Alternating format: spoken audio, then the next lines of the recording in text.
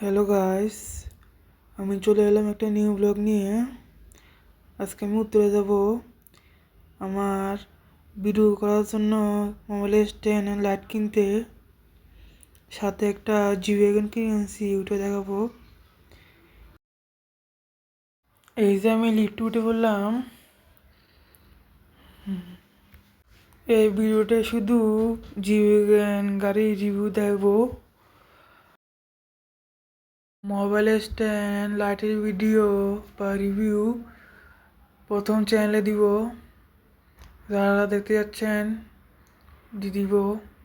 দেখতে পাচ্ছেন আমি লিফট থেকে নামে গেলাম।